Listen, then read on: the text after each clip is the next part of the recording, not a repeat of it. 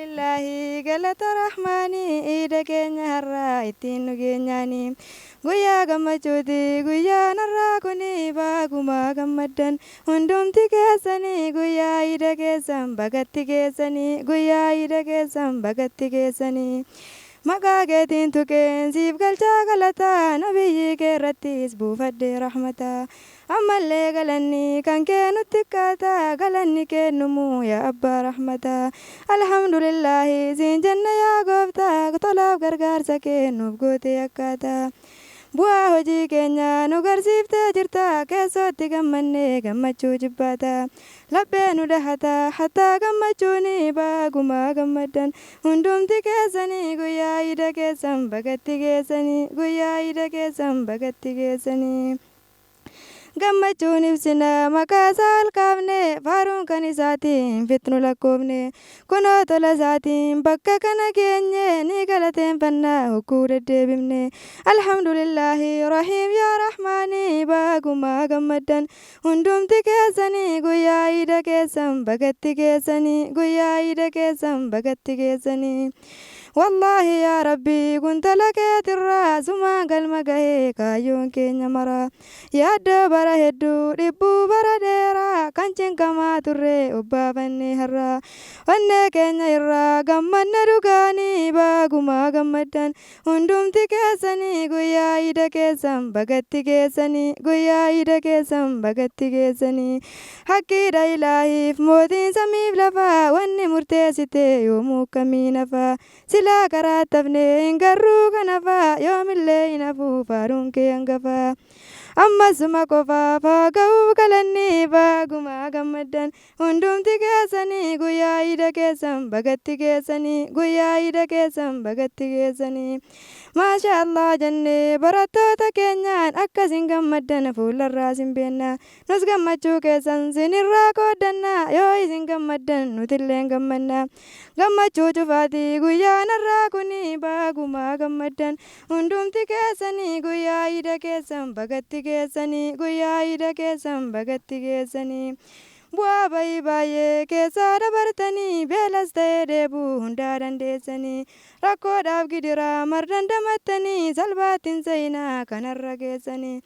obsuun sabartanii kunoo as geessanii baaguma gammaddan hundumti keessanii guyyaa ida keessan bagatti keessanii guyyaa ida keessan bagatti keessanii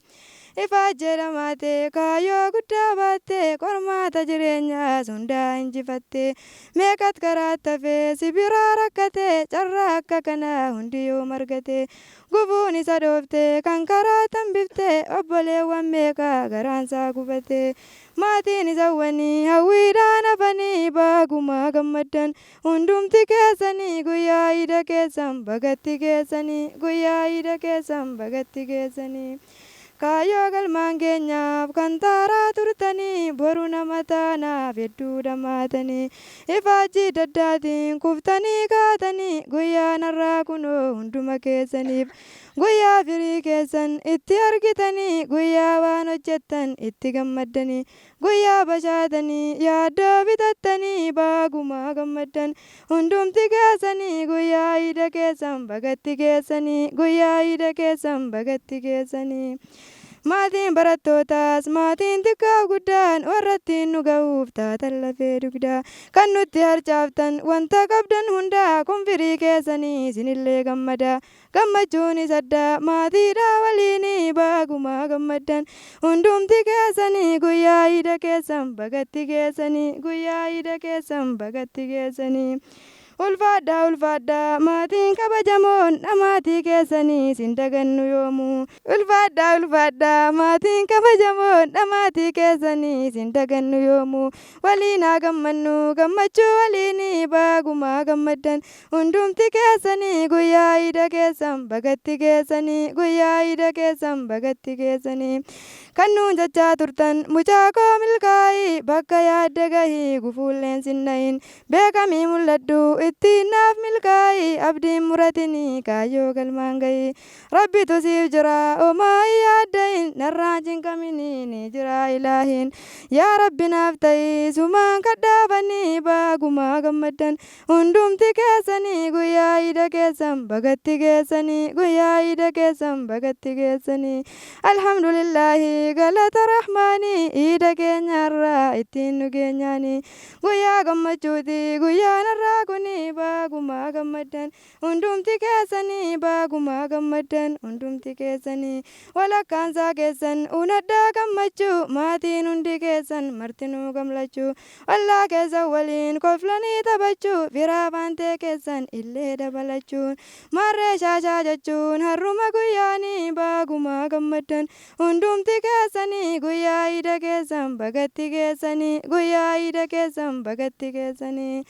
barsiisonni keenyaaf isin keessummoonni nuuf gammaduuf jecha warri nuuf dhuftanii fageenyaa kaataniis kan nuuf dirmattanii kan gammachuu keenya nurraa qooddattanis aarsaa meeqa gochuun kan nuuf argamtanis waa meeqa gootanii kan nuuf cinqamtanis gammadaa gammannee gammachuu waliinii baagumaa gammaddan hundumti keessanii guyyaa ida keessan bagatti geessanii guyyaa ida keessan bagatti geessanii ollaan keenya martii dhiiraa fi dubartiin kan alaa kan keessa bakkuma jirutti qooda irraa fudhaa bakka jirtanitti barattoonni keenya sabdii egereeti hundi addunyaadha gammachuun eeggatti namnummaan carraaqee hin hafuu karaatti imaanaa ta'uusi narraan dagatinii baagumaa gammaddan hundumti keessanii guyyaa ida keessan bagatti geessanii guyyaa ida keessan bagatti geessanii